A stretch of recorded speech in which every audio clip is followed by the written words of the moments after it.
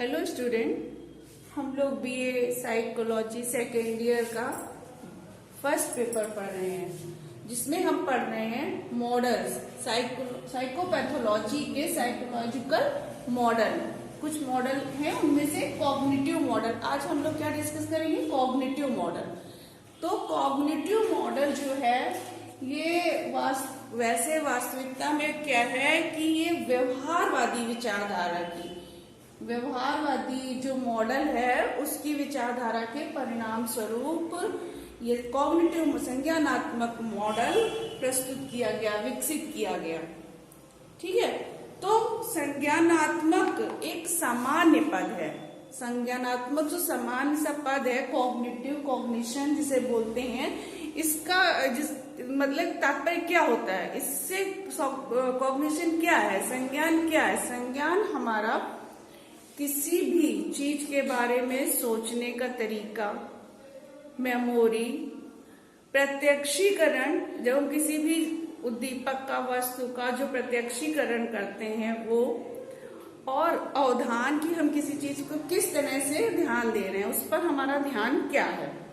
तो समान व्यवहार में संज्ञानात्मक जो ये संज्ञान पद है, इसके कुछ कारण हैं जो क्या है, इसके कारण बहुत सारी जो मानसिक विकृतियां हैं वो गंभीर संज्ञानात्मक शुद्धता के कारण होती हैं, यानी कि कॉग्निटिव डिस्टरबेंस, जिसका संज्ञान डिस्टर्ब होता है। वो डिस्टर्ब कैसे होता है कि जैसे कि किसी की जो थिंकिंग है वो किसी भी वस्तु के बारे में, उद्दीपक के बारे में जो गलत बना लेता है, तो किसी चीज का गलत प्रत्यक्षीकरण करता है। क्योंकि हर व्यक्ति की देखने की, सोचने की अलग अलग अपनी तरह से सोचता है, तो कुछ लोग उसी चीज को गलत तरह से सोचते हैं, गलत तरह से उसका प्रत्यक्षीकरण करते हैं, जो आगे चल के मेंटल डिसऑर्डर का कारण बन जाता है। एक इसी में जो मेंटल डिसऑर्डर, एक मानसिक रोग है, वो क्या आता है, जो गंभीर विषादी रोगी होते हैं, जो गंभीर विषादी रोगी होते हैं, वो उनका क्या है, उनमें एकाग्रता की कमी होती है। इसके एकाग्रता की कमी होती है, इस तरह से उनके ऊपर ये जो कॉग्निटिव मॉडल है या संज्ञान है वो मानसिक रोग का कारण बनता है।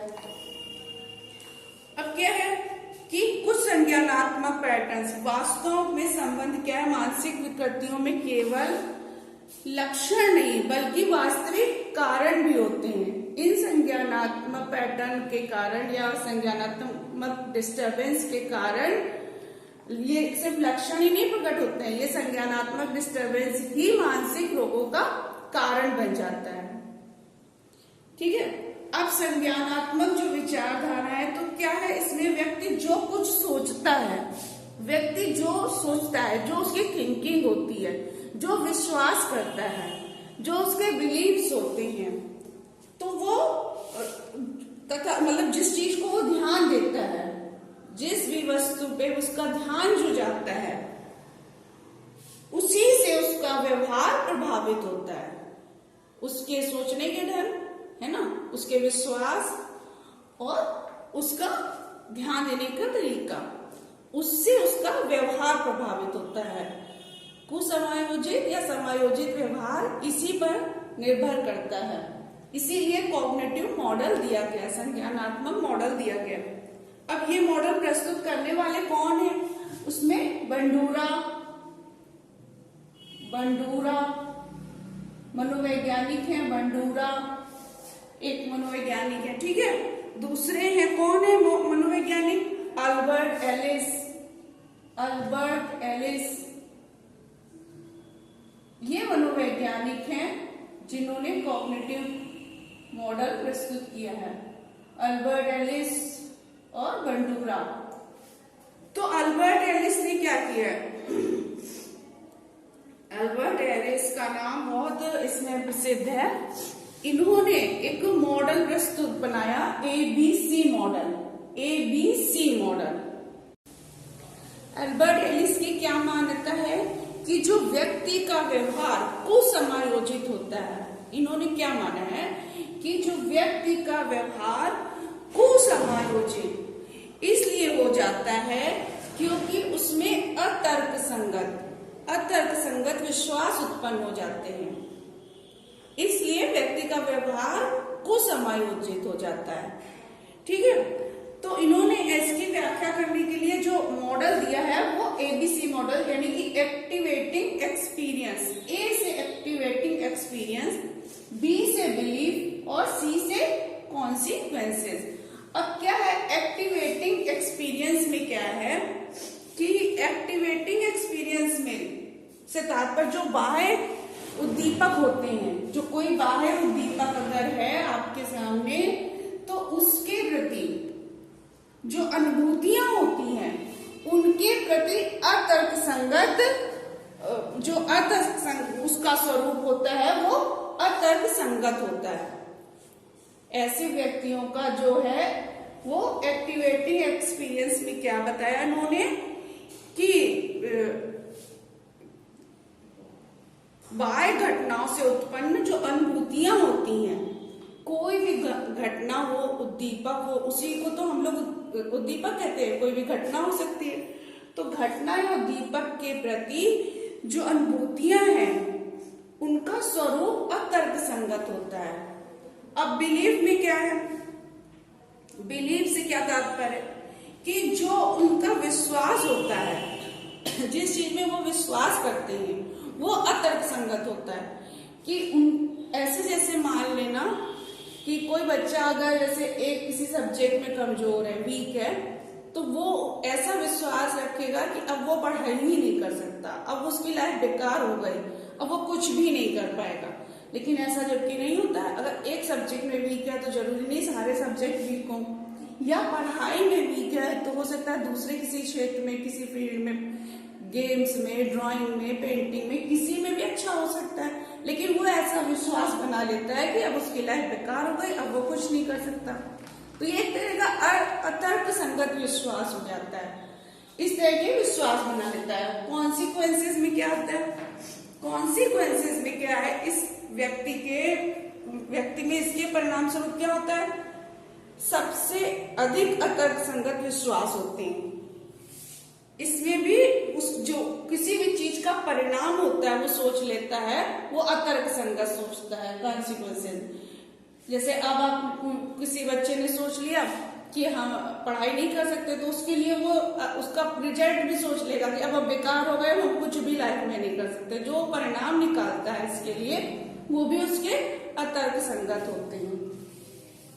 इसके अलावा कॉग्निटिव मॉडल क्या हमें प्रदर्शित करता है कि व्यक्ति का कोई भी कार्य अतिरंजन यानी कि अतिरंजन रूप से अत्यधिक, बहुत अधिक, इसमें व्यक्ति छोटी तथा साधारण सी घटना को भी, अतिरंजन से तात्पर्य तो यही हुआ ना कि कोई छोटी सी साधारण सी घटना को बहुत बड़ी घटना समझ लेना, बहुत बढ़ा चढ़ा के उसको समझना।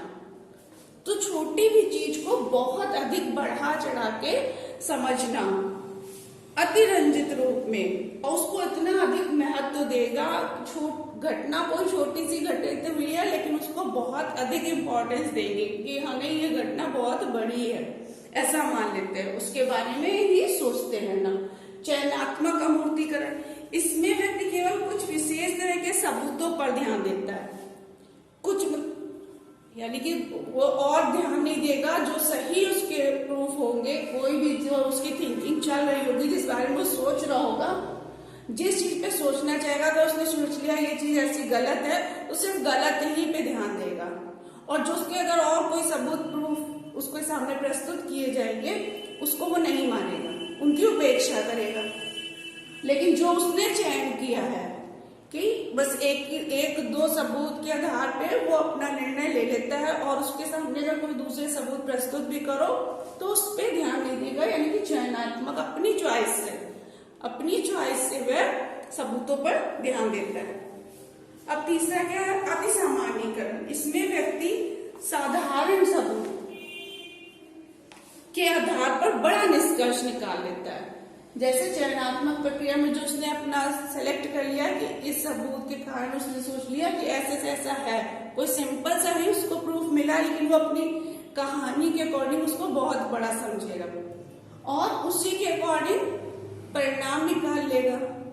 उसी एक सबूत के आधार पे वो निष्कर्ष पे पहुंच जाएगा और किसी की बात न सुनेगा न समझेगा। उसका अपना कॉग्निशन जो उसको अलाउ करेगा बस उतना ही वो समझेगा और उसके बारे में अगर कोई उसको समझाने की कोशिश करेगा तो नहीं समझ आ रही, यानी कि अति सामान्यीकरण कर लेना। तो इस तरह से कॉग्निटिव मॉडल जो प्रस्तुत किया है तो उसमें भी कुछ गुण और दोष होते हैं। जैसे हर मॉडल में कुछ गुण और दोष हैं, तो इसमें भी कुछ गुण और दोष प्रस्तुत किए गए हैं।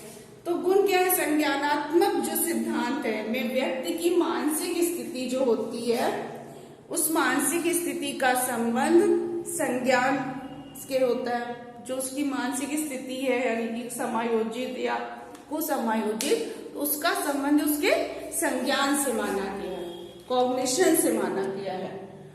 तो इसमें क्या है?